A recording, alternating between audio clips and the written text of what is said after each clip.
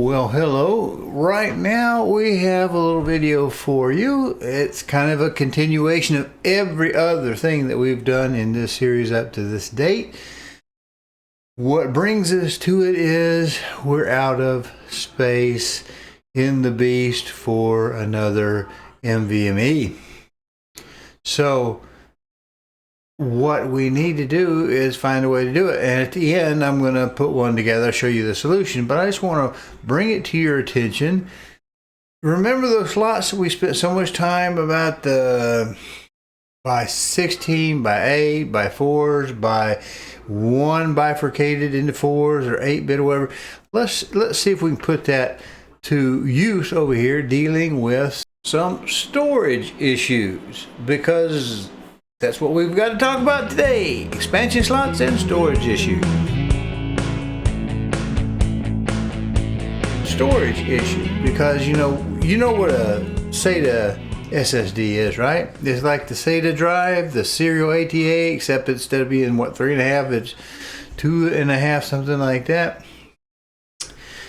Works good, except SATA serial ATA is limited to 500 megabytes a second or 6 gigabits a second, something like that. It's limited. It's just not going to be the fastest thing in the world. But I do want to draw your attention to this as far as types of storage. A magnetic disk, a spinning platter, if it stays alive, the image that it stays under, that magnetic charge, if you want to think about that, is good for about 10 years. It's a SATA or the NVMe's, that type of solid state device, they deplete quicker than that. They don't last that long. I wouldn't use them for long-term storage. They're quick, they're dirty, and they're not bad. But you can take, like some of those magnetic tapes, they say will go up to 30 years in lifespan with the magnetic charge in it. So we're just talking about backing things up for a while, getting them off of our old optical drives, which can last a lot longer if you can get the hardware, if we don't have trouble with it. So let's look at these pictures just to the left of us right here. Now this is right off of Amazon, and we can see what it is. This is a nice cute little old by 4. Remember we talked about what was different, or what looked like was different between the Tai Chi Lite and the Nova Pro PG, was it Phantom Gaming Nova, is that the Nova had in its manual that it had a card that came with it, and it could bifurcate into 1 by 1 by 1 by 1. 4 lanes could independently run 4 different NVMe's, and there was a card for that, free, no charge. It works okay, except it would be kind of, well, I think it'd be very, very close to USB speeds, that we did with the external drive. Well, this is something similar. It does a 4 slot, but it's only going to do 1 drive. But it's going to work with the U.2. And the U.2 looks like a SATA little card drive, except they're a lot more expensive and they're faster, and they go at PCIe speeds. And so you can get kind of that NVMe experience, but with a type of media that may be flatter, or maybe not be quad layers deep or whatever. They may be thinner, they last longer, they're supposed to be better as far as having a longer endurance, being enterprise grade if you can find them, and they are quite pricey, but they're fast and they don't take up much space. But you could always, if you're out of space and need something, or even have an older computer, maybe you only have a PCIe 3 spot that's available, and you don't have, a modern drive, and you would like to be able to go faster than SATA speeds. This was a way to do it. It's a little bit pricey way to do it. It may be better just to chuck the motherboard and to buy something a little bit more budgety. But if you just don't want to get into that, something like that may be possible. But it's a 4-lane, does 1 card, 1 U.2. And I started to get into this when we were doing the expansion cards, but it's just the video was going too long. Let's look at this one. Also pulled off of Amazon. Hey, it's even better. It's 2 U2s on there, and they're small. They look very, very similar to the SATA drive, but they just have a different interface, a lot faster. and this one is 8. See, and it says but this one is a PCIe 3.0 by 8. So if you got a 8-bit slot, you could do 2 of these drives, and obviously they're going to work like you would expect them to, like 2 independent drives. Now, this is what I was kind of getting to when I was looking for, well, the video you just saw on the RAID 5, we had just 2 actual drives with a third for the parity, or the parity drive was extra. We striped, and we saw how fast it got, how quickly it got there. Well, you can find some fairly inexpensive serial ATA enterprise grade, what they say are enterprise grade, 7200, maybe with a 500 megabyte buffer, which helps really speed things up. And if you had 8 of those in there, like the Taichi Carrera would support, that was a Z790 board, but having that, you could have up to 8 of those, and one of them is going to be your parity, and the rest of them going to be 7 drives, and those drives can go up to 25 terabytes a piece. How much storage would you possibly need? Plus, it's going to chain. They're going to get a lot faster, a lot quicker when you have 8 drives in there versus, say, 4. So I was looking for a serial ATA expansion board, because it would probably need a number swap. I don't know, maybe need 16 slot. I don't know what serial is just 1, but I don't know if it could jam up and speed things up.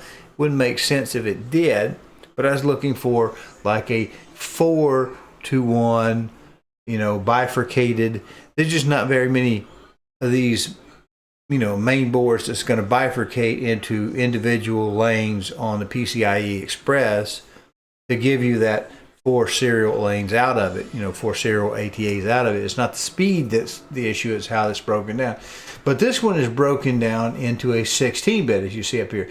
U2 PCIe expansion card, PCIe to U.2 adapter, PCIe 16. Why is it 16? Because the U.2s are like the NVMe's. They take 4 lanes. Typically, they're going to take 4 lanes. I can't say that every one of them will, but they're going to take 4 lanes per drive. And so what's 4 times 4? 16. So this is using all 16 bits. So if you happen to have a main board that has 2 16-bit slots that are actually laned to 16-bit slots, instead of, you could put a 16 card in it, but it's only going to use 8, right? Something like that. If you've got 16 bits, this would drive 4 of those. And you could mount them with the cables. So they make cables, obviously, kind of like SATA cables, the serial cable for the data. They make cables for the U.2s, and you could mount them somewhere else. You could possibly, if you had a 16-bit slot, like in this case that I have, this Lian Li. Hey, appreciate you watching. Do me a favor, if you will, subscribe to the channel, either the YouTube or the Rumble channel, which this appears in.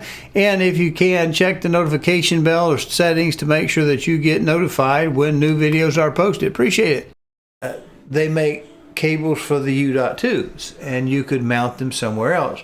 You could possibly, if you had a 16-bit slot, like in this case that I have, this Lian Li. If it was SATA, why would we bother if we already have our 4 basic SATA lanes tied to our 2 double, up and down our little slide-in trays? But if we wanted to add some PCIe speed and we didn't want to do it on NVMe's, we could use a card like this if we had a 16-bit slot available that we could drive all 16 of them. We could at least use 3 of them and get 12 out of it, right? So you could get 12 lanes, use 12 lanes.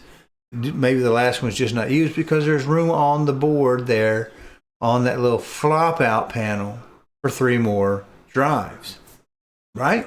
So we'd have space to do it. So you've got, depending on your case and your use, you can do it. But this one would be connected by cables. Now, we've got one more here, and it's this one, which is also a by 16 4.0 PCIe 4.0 by 16 adapter. And as you would guess, it just takes the cards directly on them. And if you've got the space in the case for that, if you have it may not work in some of the smallest form factors, but why would you need 4 of them when you could maybe just buy a larger single drive. But yeah, you could do that. You could chain them together like this in a 16-bit slot if you had a 16-bit slot. So I don't know if that makes a lot of sense, but remember, is how that is working together. It has to be bifurcated at 16 bits or 8 bits or 8 lanes. It has to be bifurcated into the 2 4s. Your board has to support these expansion boards, but you could add drives to it. And like I say, I don't know many people. I don't personally have a U.2. They cost too much money for my budget. I do think they'll last longer, but you'll still have the same trouble of having to, keep them charged up more often than you would, say, a mechanical platter. People kind of run down the mechanical platters, but, and they're not going to be as fast as NVMe's, but they can go a lot longer. Their planned lifetime may be 5 years, but I have some that have gone much further than that. And you can just use like the disk utility to see what the health is, see if it's having trouble dropping stuff, see if it's having, how many in 10 or 15 years have you had unsafe shutdowns, that kind of stuff. Anyway, it's just a thought. Now let's get into this little card. It's what I put that WD5 was it 5000 blue? I guess that's the number. I don't have it with me. It's packed away. But that blue 4 terabyte that I'm using just to take everything off of where I had just put them on M.2s from the optical drives, I backed them up onto the top of that T705. Now we need to get it off. That we have our RAID built, we need to get it off of our system so the RAID can hold it, and we'll keep our offsite copy, and we'll just have to bring it in periodically. And here's a picture of why we had it. If you've forgotten or didn't see that show, this is what we have. We just don't have any room to put it in to add it without, it's under that heavy heat shield on the PCIe 4 group, those 5 down there, and I'd have to pull the video card out to get to the heatsink, to pop a heatsink off, to pop a drive in, to pop a drive out. So it just only makes sense to do it with either with an external card through the USB 4 or the Intel's proprietary 40 gigabits per second Thunderbolt 4, or to do it internally like this with a little card. The card was $10. Hey, I'm parsimonious. I'll get by. But so that's it. Let's run that footage and be done and call it quits. Now I'm not going to try to put this together on camera because it's pretty self-explanatory, but I will say this. Here is our WD Blue here, our SN5000. Our card here, obviously, for the expansion slot. Now this is a thick one. We'll put that on the bottom because it looks like it lines up just perfectly with the height of the back side of this drive onto that metal-ish, this copper layered drive plate here. And we have a thinner piece that I believe will go on top between the top of the drive and the provided for heatsink. It's not very deep, it's not very heavy, but it doesn't really necessarily need it. It'll just keep it from getting hot, and a bag of goodies, including 2 high-tech rubber bands to go around it after we have our little pins that they do show on the box. I don't know if that'll show up. They put the pin through there and it expands on the other side, holds it down. That should work. And it shows you the little picture about how to lay our little heat tape. Now, since it's a 2280, obviously I don't need to take a pair of scissors and trim this back. So with the next cut, you'll see this assembled.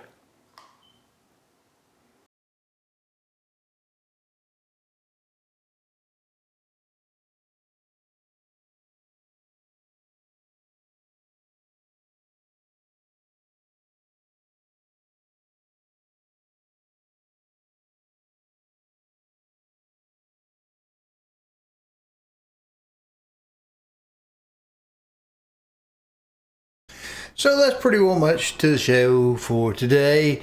You know, eventually I may buy like a 10 or 12 terabyte 7200 RPM mechanical drive spinny platter kind of thing and put it on the beast for the purposes of imaging the system drives, and of course maybe imaging the data drive so that then I can write it back to the RAID so that it's freshly charged about once a year or so. The problem is I may not financially recover from this the rest of my life. Well, that's what to say about egg prices. Oh, and speaking of prices, you got to check out the coffee company. Yeah, wait, over here, coffee company.